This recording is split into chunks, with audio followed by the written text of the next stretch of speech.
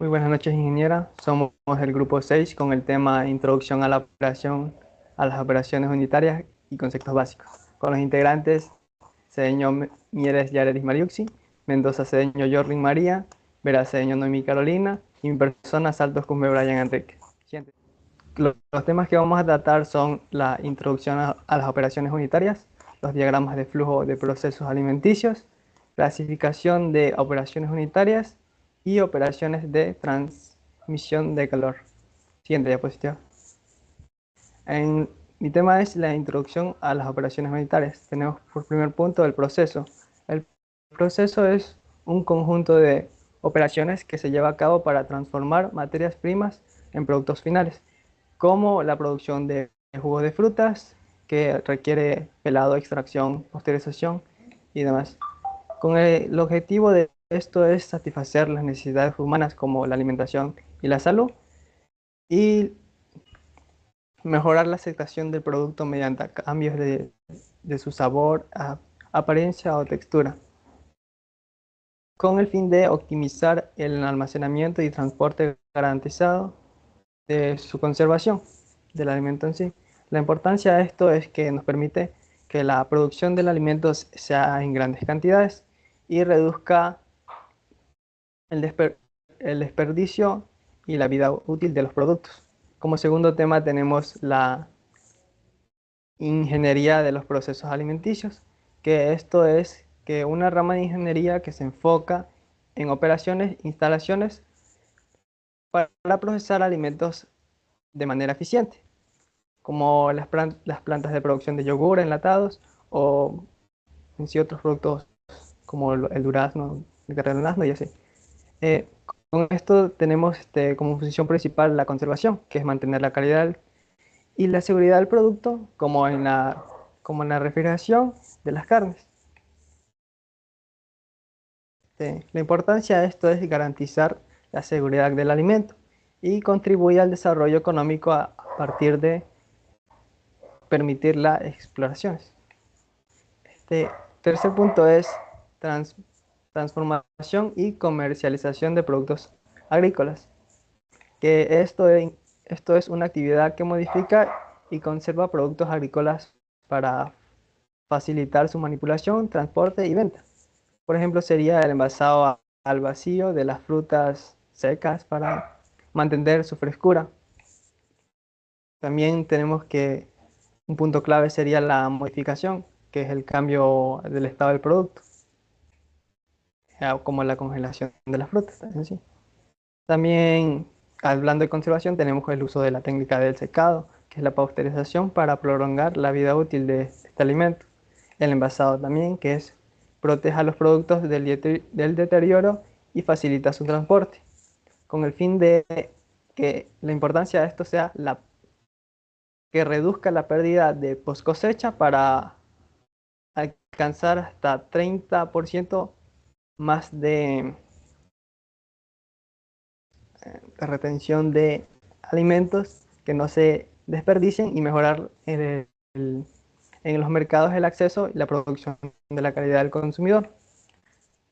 Bueno, eso ha sido todo en parte. Muchas gracias. Buenas noches, ingeniera. Yo les voy a explicar sobre los diagramas de flujo. Los diagramas de flujo, o también conocidos como flujogramas, son representaciones gráficas que ilustran un proceso, sistema o algoritmo. Su objetivo principal es mostrar la secuencia de pasos, decisiones y actividades necesarias para complementar un proceso de manera clara. Característica de los diagramas de flujo. Los diagramas de flujo, eh, características, elementos gráficos, estructura secuencial y aplicaciones versátiles. En elementos gráficos utilizan símbolos geométricos estandarizados como rectángulos, óvulos y diamantes. En estructura secuencial se organizan de manera que cada paso sí sigue en un orden específico. Aplicaciones versátiles son ampliamente utilizadas en diversos campos, incluyendo la programación, la ingeniería, la gestión de proyectos y la psicología. Régimen estacionario o régimen no estacionario. Se considera régimen no estacionario todas las variables físicas no constantes. No estacionario se caracteriza por la variación de las variables intensivas.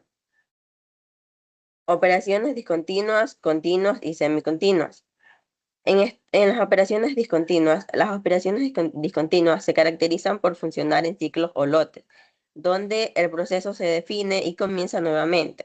Este tipo de operación es en común en industrias donde la producción no es constante.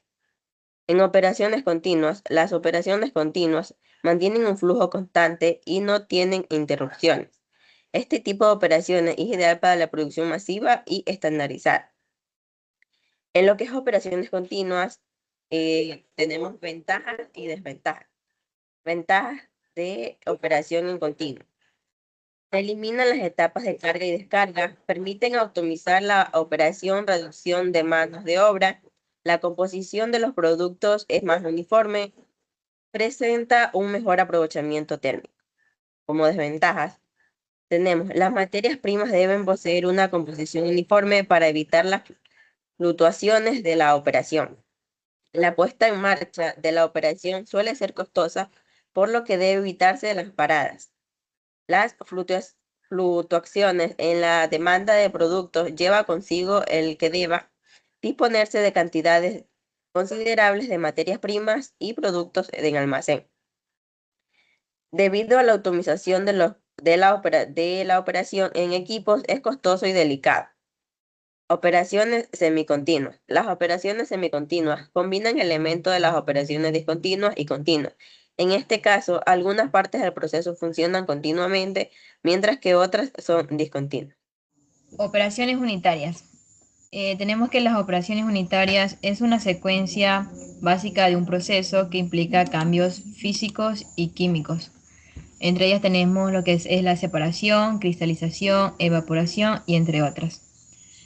Dentro de las operaciones unitarias pueden distinguirse diferentes tipos de etapas dependiendo de la transformación que se esté llevando a cabo. Entre las principales etapas tenemos las etapas físicas, que estas producen cambios a nivel macroscópicos. Ejemplos tenemos lo que es la filtración, extracción y secado. En la etapa química, esta transformación del producto se da mediante reacciones químicas. Entre ellas tenemos lo que es el refinado, hidrólisis, pelado químico. En la etapa bioquímica se encuentran presentes organismos vivos o enzimas, ya que éstas dan a cabo lo que son las transformaciones. Entre ellas tenemos lo que es la fermentación, esterilización y la pasteurización. En las clasificaciones de las operaciones unitarias tenemos que estas se clasifican dependiendo su propiedad a transferir. Tenemos lo que es la transferencia de materia, transmisión de calor, transporte de cantidad de movimiento, transferencia simultánea de calor y materia. Y por último, lo que son las complementarias. Siguiente diapositiva.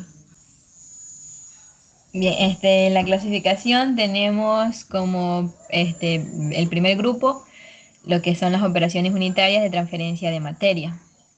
Estas se clasifican en diferentes grupos que tenemos la operación de destilación.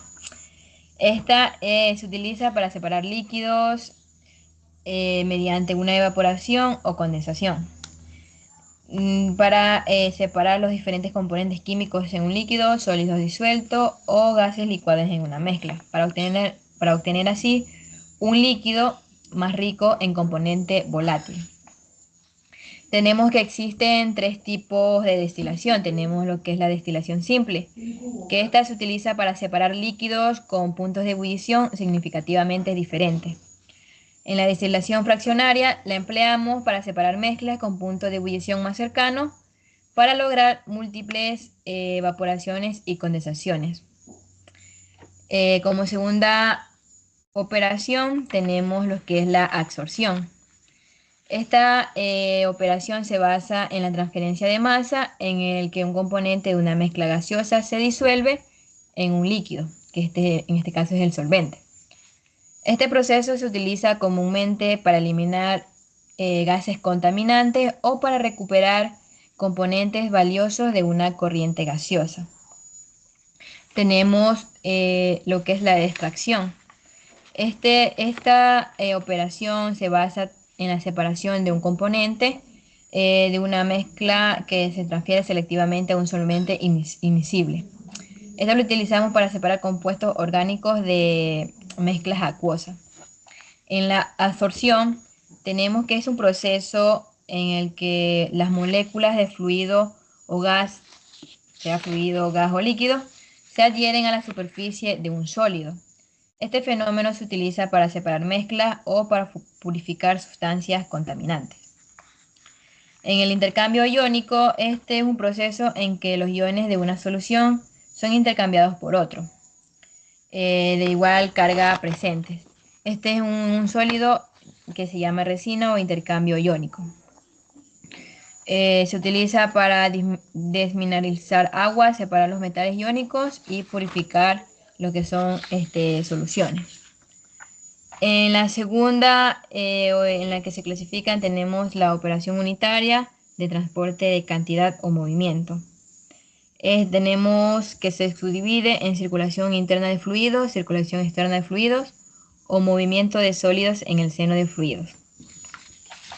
En la circulación interna de fluido, este es un movimiento de líquidos o gases que se da dentro de un sistema cerrado, como tuberías o canales, donde el flujo puede ser laminar o turbulento, dependiendo de los factores como la velocidad, viscosidad del fluido o la geometría del sistema.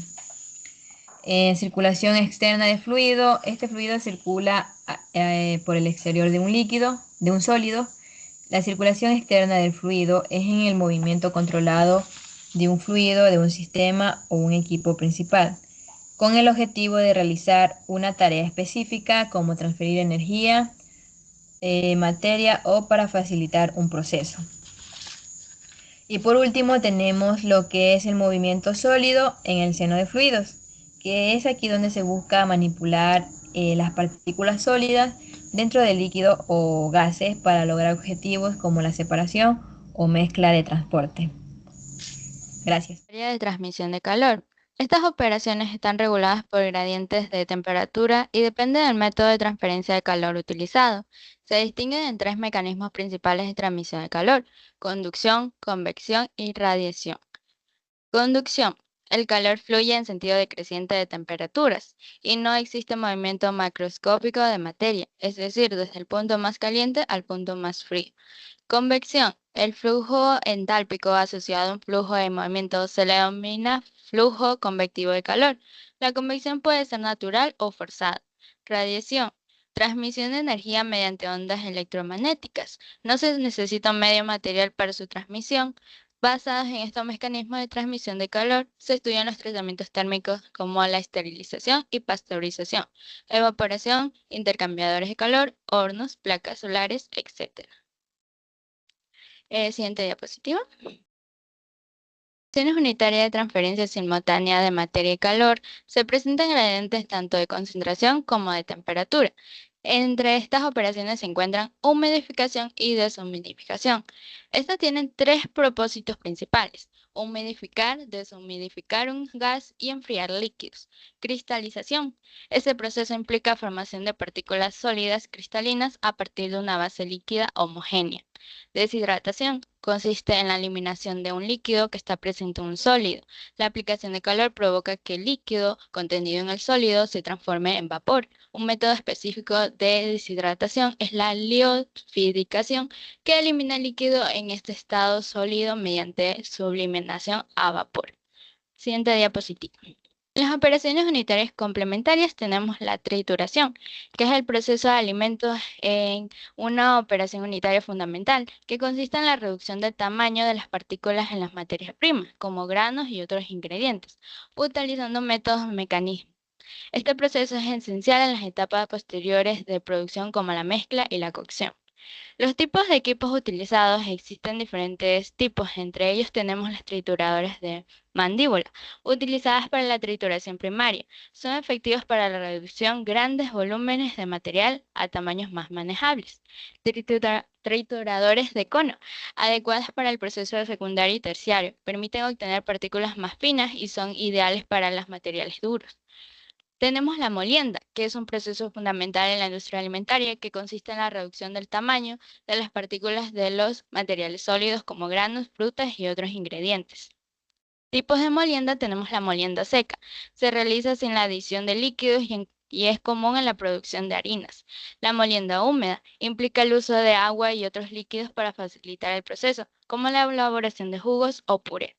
Tenemos el tamizado, que es un proceso físico-mecánico que se utiliza para separar partículas sólidas en diferentes tamaños, al hacerlas pasar a través de un matiz, que es un dispositivo con mallas o poros. Durante este proceso, las partículas más pequeñas atraviesan el matiz, mientras que las más grandes quedan retenidas. Tipos de matices existen diversos tipos, desde los domésticos como los utilizados en la cocina, hasta los industriales como los matices granulométricos, cada uno diseñado para diferentes aplicaciones y tamaños de partículas. El mezclado es una operación unitaria esencial en la industria alimentaria, que consiste en la combinación de dos o más componentes para lograr una distribución uniforme de sus propiedades. Este proceso se realiza mediante medios mecánicos y tiene múltiples aplicaciones en la transformación de alimentos. Siguiente diapositiva. Tenemos el planteamiento matemático. La ecuación E igual a S más A en el área de las operaciones unitarias se refiere a un balance energético que se utiliza para escribir el comportamiento de un sistema de términos de energía. En este contexto, E representa la energía total del sistema, S se refiere a la energía que se almacena en el sistema y A corresponde a la energía que se añade al sistema, ya sea por trabajo realizado sobre él o por transferencia de calor. Este tipo de ecuación es utilizada para realizar balances energéticos en diversas operaciones unitarias como la destilación, para calcular el calor necesario para separar componentes basándose en diferentes puntos de ebullición, evaporación, para determinar el calor necesario para transformar un líquido en vapor y reacciones químicas, para evaluar la energía involucrada en los cambios químicos y térmicos. Muchas gracias.